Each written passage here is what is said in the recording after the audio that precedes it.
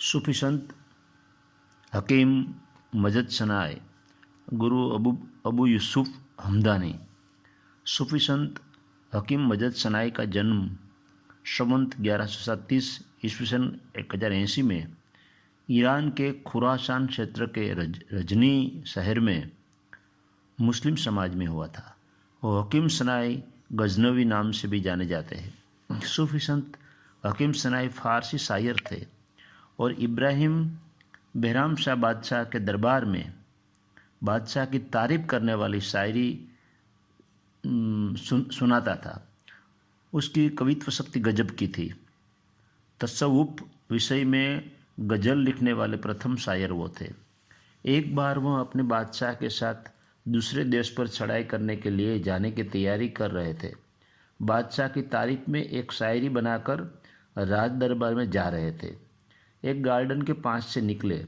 वहाँ एक पागल जैसा आदमी ने हकीम सनाई को व्यंग में यह शब्द सुनाया, ए शाकी, बादशाह बैराम के अंधेपे पर एक प्याला शराब का दीजिए।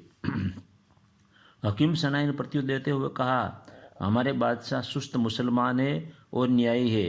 ऐसी बात कहते हो तो आपको बादशाह जेल में बंद कर देंगे। वो पागल जैसे आदमी ने फिर कहा, वो अपनी गजना की राजधानी संभाल नहीं सकता और दूसरे देश को जीतने चले हैं, अंधा नहीं तो और क्या। हकीम सनाई ने देखा वह पागल जैसा आदमी शराब पिए लगता है।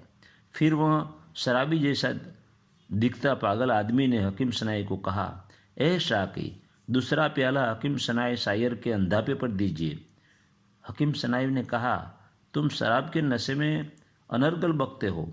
पागल आदमी ने कहा, हकीम सनाई जैसा मूर्ख दूसरा कौन है। बादशाह की गलत तारीफ शायरी बनाकर करते हैं। खुद की तो खबर नहीं है, खुदा की कोई पहचान नहीं है।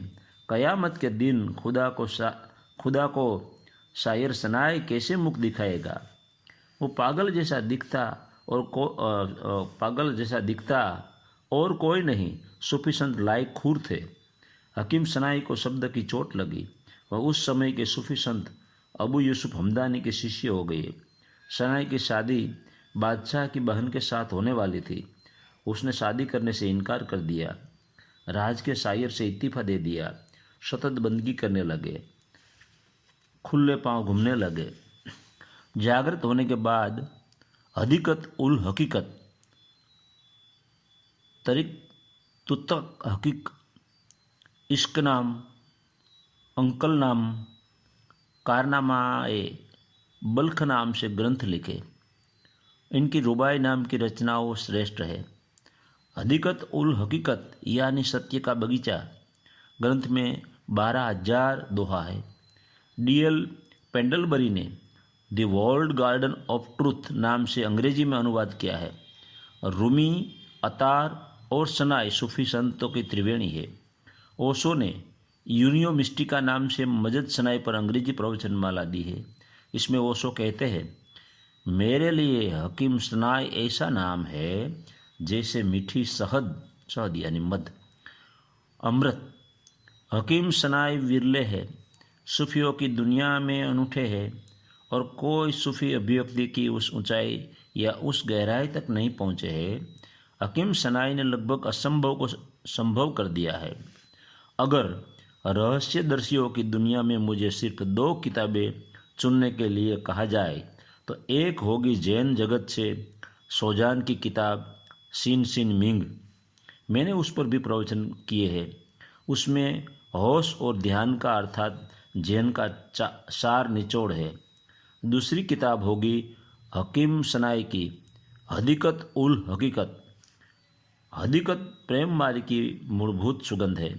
जैसे सोजान ने जैन की आत्मा को पकड़ लिया, वैसे हकीम सनाई ने सूफी धारा की आत्मा को पकड़ लिया है। ऐसी किताबें लिखी नहीं जाती, जन्मती है। जैसे बच्चा पैदा होता है या पक्षी जन्मता है या गुलाब का फूल खिलता है, वे हम तक आते हैं उपहार स्वरूप।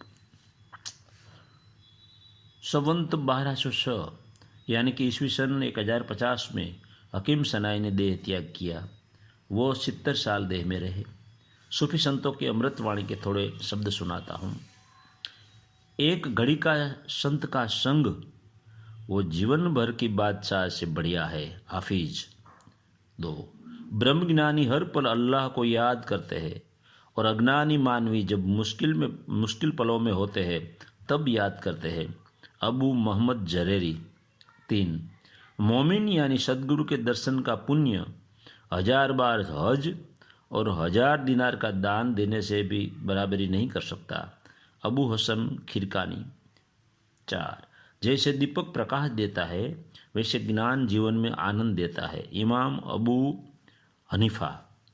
5, सच्चे ज्ञानी वह है जो किसी प्रकार के चमत्कार किए बिना अल्लाह को जान लेते हैं। जू उल नून।